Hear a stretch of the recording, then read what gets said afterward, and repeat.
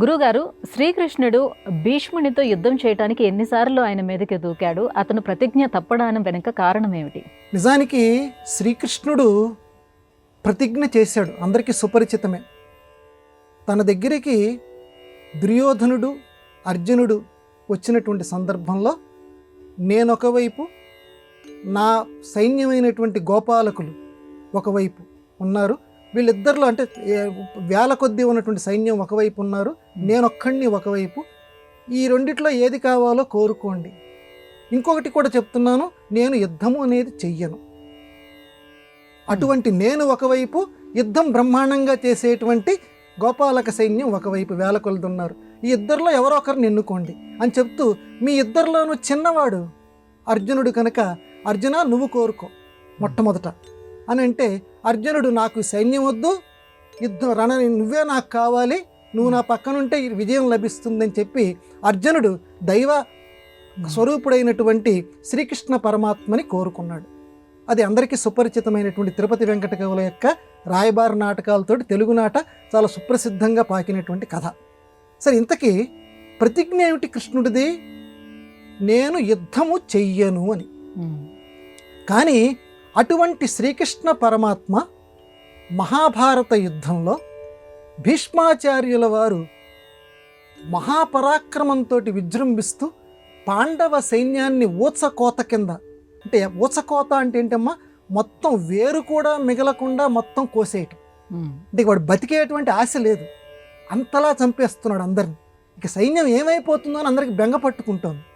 ఆ బెంగ పట్టుకుంటున్నటువంటి సమయంలో ఒక్కసారి కృష్ణుడు, భీష్మ నిన్ను నేను ఈరోజు సంహారం చేస్తాను, కుప్పించి ఎగసిన కుండలంబుల కాంతి గగన భాగం వెల్ల కప్పి కొనగా, పోతన్న గారు భాగవతంలో రాస్తారు. ఒక్కసారి ఆ రథం నుంచి కిందికి దూకేస్తాడు. సారథి గుర్రాలు తోలుతున్నటువంటి శ్రీకృష్ణ పరమాత్మ, ఈరోజు నిన్ను నేను సంహారం చేసేస్తాను అని దిగి, ఎలా దిగుతాడు? ఆ రథాన్ని తోలుతున్నటువంటి చర్నాకోలం ఉంటుంది కదా, గుర్రాలు తోలేటువంటిది, ఆ చర్నాకోలతోటి ఒక్కసారి దూకుతాడు. దూకేసరికి ఒక్కసారి భీష్మాచార్యుల వారు యుద్ధం ఆపు చేసేసి ఒక్కసారి నమస్కారం చేస్తాడు. ఇందాక నేను చదివినటువంటి ఆ పద్యం చదువుతూ, ఇంతటి గొప్పవాడివి నా వంక వస్తున్నావా అని. కృష్ణుడు ఇలా దూకిన వెంటనే అర్జునుడు వెంటనే పరిగెత్తుకుంటూ ఆయన కూడా రథం నుంచి దిగి, అయ్యయ్యయ్యా ఏమిటయ్యా నీ ఎంత గొప్పవాడు, నువ్వు అందరికీ మార్గదర్శకుడిగా ఉండాలి కదా, నువ్వు మాట తప్పితే ఎలాగా? యుద్ధం మా చేత చేయిస్తాను కానీ నేను యుద్ధం చెయ్యనన్నావు, ఈరోజు భీష్ముడిని చంపుతాను అని చెప్పి కిందకి దూకావు, ఇలా ఎందుకు చేస్తున్నావు అని చెప్పి అర్జునుడు బతిమలాడుకుంటూ వస్తాడు. ఇప్పుడు మన ప్రశ్న ఏంటంటే, కృష్ణుడు అలా రథం నుంచి ఎందుకు దూకాడు? భీష్ముడిని చంపుతానని యుద్ధం చెయ్యనటువంటి వాడు, నేను చెయ్యను అని చెప్పినటువంటి స్వామి తానే ఎందుకు యుద్ధం చేస్తానన్నాడు అని అంటే, ఇక్కడ పెద్దవాళ్ళు నీలకంఠులు అని చెప్పి మహాభారతానికి గొప్ప వ్యాఖ్యానం రాశారు. దానికి ఏమని జవాబు చెప్పారంటే, ఒక్కసారి మీరు ఆలోచన చేయండి, కృష్ణ పరమాత్మ దూకినప్పుడు ఆయన చేతిలో చక్రము లేదు. ఏదో కొంతమంది చిత్రకారులు ఏదో చక్రం చూపించినట్టుగా చేతిలో చూపిస్తారు, నిజానికి మహాభారతంలో ఆ వర్ణన లేదు. ఆయన దూకినప్పుడు చేతిలో చర్నాకోల మాత్రమే ఉంది, ఆ గుర్రాల్ని తోలేటువంటి చర్నాకోల మాత్రమే ఉంది. ఇక్కడ చర్నాకోలతో ఎవరన్నా చంపుతారా? భీష్మాచార్యులకు నిజంగా చంపదలుచుకున్న ఉద్దేశం ఉంటే, ఆ మహావిష్ణువు యొక్క స్వరూపమైనటువంటి శ్రీకృష్ణ పరమాత్మ సుదర్శన చక్రాన్ని గనక పిలిస్తే శిశుపాలుడి యొక్క తలని ఏ రకంగా నరికేసిందో సుదర్శన చక్రం, భీష్ముడి తలని కూడా తీసేస్తుంది. ఆయన ఏమి సుదర్శన చక్రంతో రాలేదు, ఊరికే చర్నాకోలతో ఇచ్చాడు. బాగుందయ్యా అంటే చంపే ఉద్దేశం లేదు, మరి నిన్ను చంపుతానని చెప్పి ఎందుకు దిగాడు? మళ్ళీ ప్రశ్న, ఈరోజు నిన్ను చంపేసేస్తానని చెప్పి రథం నుంచి ఎందుకు దిగాడు అని అంటే, కేవలం బెదిరించటానికి మాత్రమే దిగాడు. ఎందుకు బెదిరించడానికి దిగాడు? భీష్ముడి యొక్క పాపంలో కొంత పాపాన్ని పోగొట్టడానికి.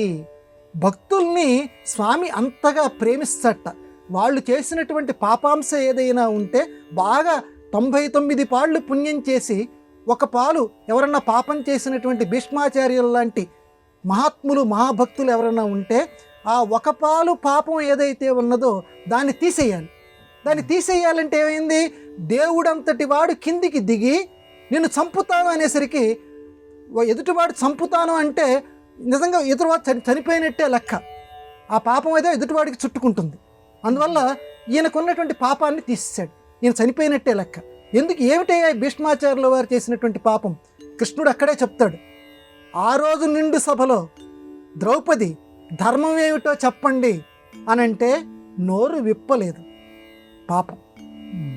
రక్షించగలిగినటువంటి సామర్థ్యం ఉండి కూడా అంతటి అవమానాన్ని ద్రౌపదీదేవికి కల్పించాడు. పాపం.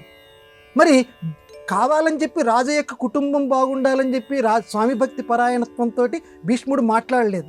కానీ పాపమే, ఆ పాపాంశం ఉంది కాబట్టి ఆ పాపాంశ తీసివేయటానికి భగవంతుడిగా కృష్ణుడు బెదిరించాడు. అంతేగాని ఆయన యుద్ధ నీతిని ఎప్పుడూ తప్పేటువంటి వాడు కాదు. నిజంగా చంపదలుచుకుంటే చక్రంతో దిగేవాడు, ఆయనకి నిమిషమైనటువంటి పని. కాబట్టి కృష్ణుడు ఎటువంటి అధర్మము చెయ్యలేదు. ఇది మనం గ్రహించవలసినటువంటి విషయం.